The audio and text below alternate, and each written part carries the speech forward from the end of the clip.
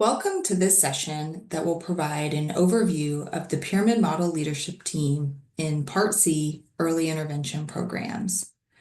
This session is brought to you by the Parent, Infant, Early Childhood, or PEAK team at the University of Connecticut School of Social Work's Innovations Institute.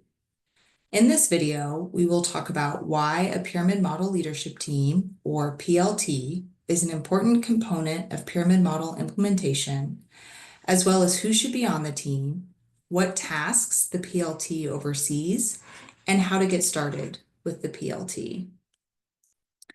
This is the Active Implementation Formula developed by the National Implementation Research Network, or NIRN.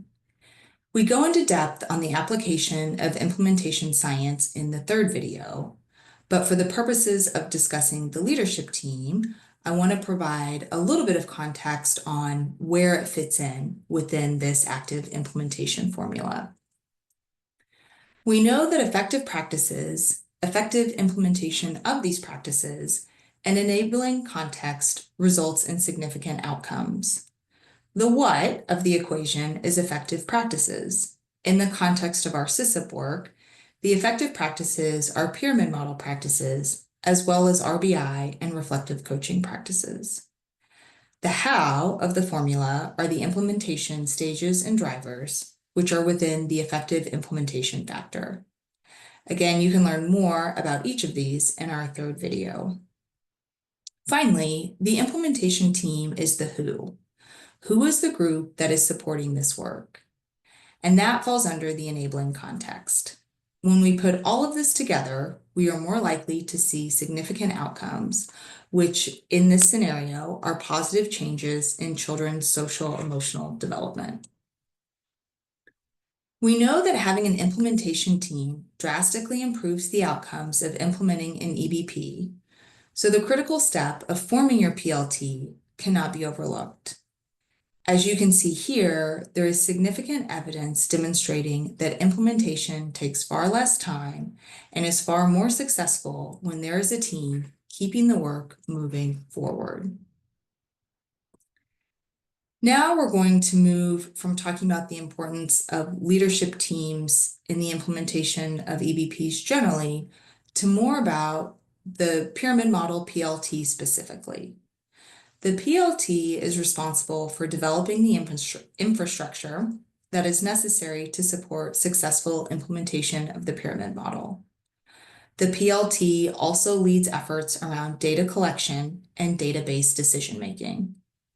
An important pyramid model value is collective teaming and decision-making, and the PLT also provides structure for this. Let's now talk about who should be on the PLT. The guidance from NCPMI, one of the national purveyors of the model, includes the following roles: an administrator, a practitioner or provider, a parent or caregiver representative, and a coach. You need an administrator who has some decision-making power so that decisions made by the PLT can be implemented. And although the requirement is only for one practitioner or provider, we recommend having at least a couple of different disciplines represented. So you might have an OT, an SLP, and a special educator to represent providers. The parent or guardian representative is one that often takes a little bit of time and intention to identify. Parents and guardians represent important stakeholders in pyramid model implementation, and it's critical to include them in the process. We often get questions about whether or not it can be someone who works in the ITP or Birth to 5 program. And while this technically fulfills sort of the letter of the ask, it doesn't really meet the spirit of the ask. You want a parent or guardian who feels comfortable to speak openly about their experience and their needs, and this might be difficult for someone who works within the program. Finally, you need a coach. For now, your coach will be a member of the PEAK team. The coach helps support the process, answers questions, and acts as a consultant to the PLT. We also recognize that each jurisdiction is different, and there may be other additional roles or stakeholders who should be represented within your leadership team. Now I'm going to talk through the different critical elements the PLT is responsible for guiding. These may look familiar to you if you either watched the introductory video or if you've been part of the process of completing a benchmarks of quality, or BOQ, because these are the critical elements represented on the BOQ. They include the leadership team, staff readiness and buy-in, family engagement, building staff capacity, providing interventions to children with persistent challenging behavior, and monitoring implementation and outcomes. Now I'm going to talk through each of these in a little bit more detail. Hopefully, at this time, you've bought into the importance of establishing a PLT to guide your pyramid model implementation. And while I'm emphasizing the importance of the PLT, I also recognize that sometimes establishing and gaining momentum with the PLT can definitely be a challenge. Based on experience with previous programs, we have a few recommendations that might make this process go a little bit smoother. The first is when you're establishing your monthly meeting time, try to select a time where providers typically have fewer visits. Anecdotally, I've seen meeting times toward the end of the workday work well, but do what's best for your providers.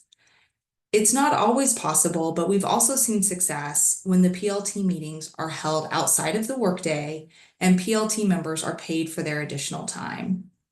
Certainly, this won't always be possible, but it's worth considering if you have the funds for that kind of setup.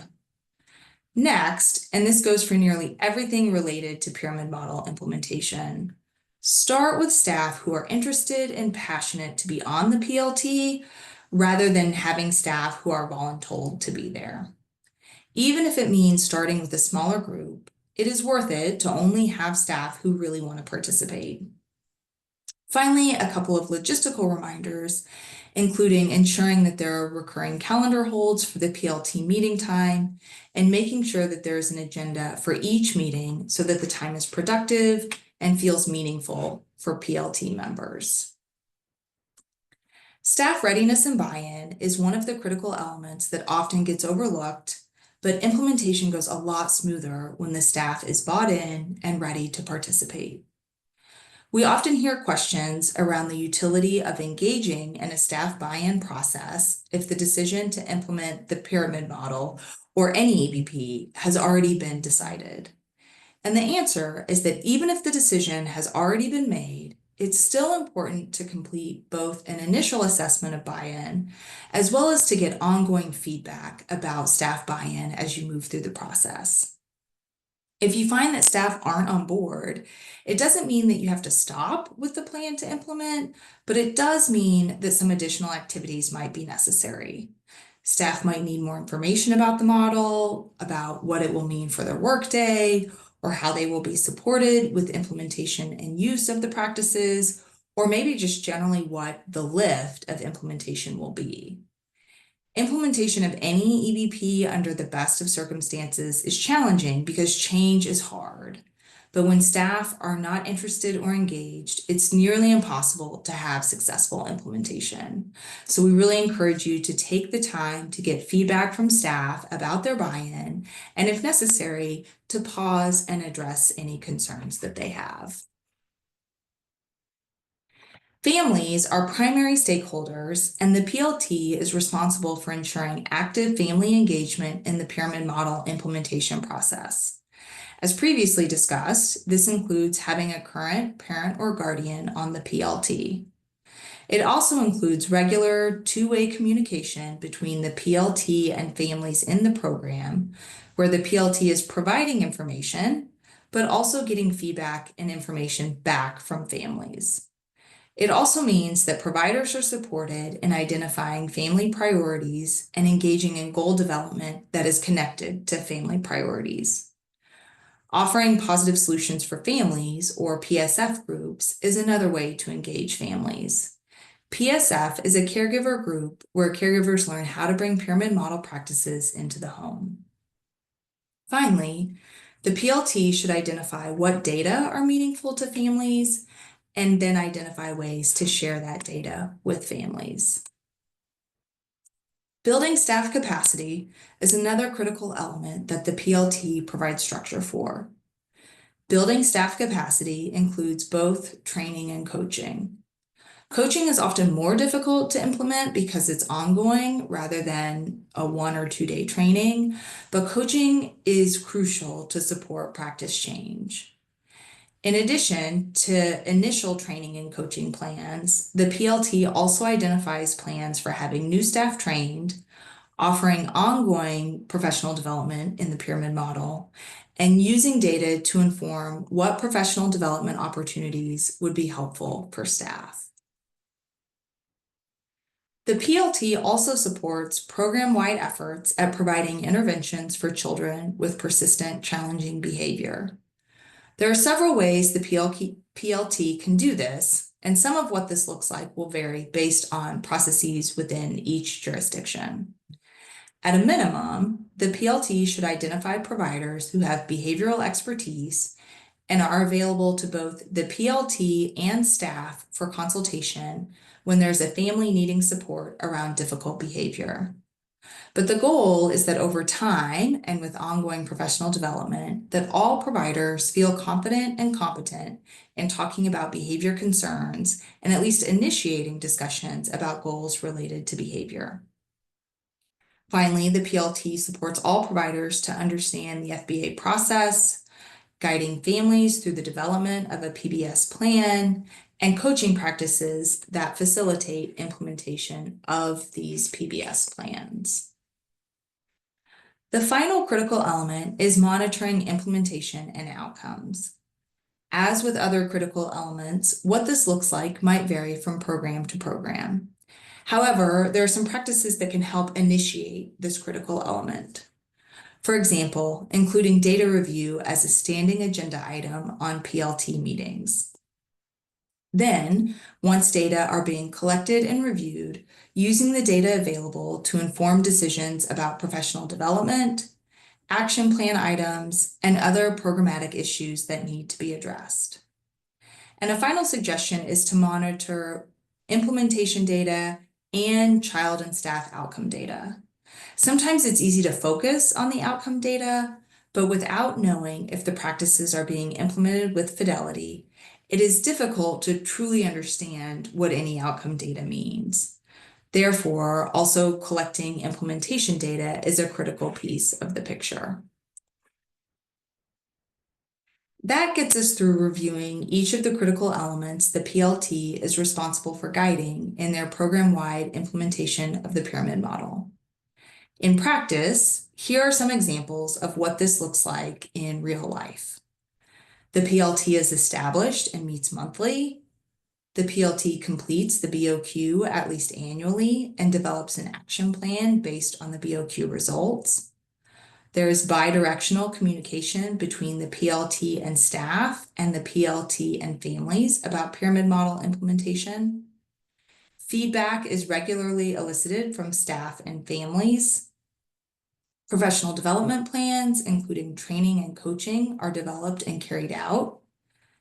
Data is used regularly and used to monitor fidelity of implementation at the program and staff level, and it is also used to inform plans for professional development, and PSF groups are offered for caregivers. Of course, this doesn't happen all at once, but over time, this is how the PLT provides the infrastructure necessary to support pyramid model implementation.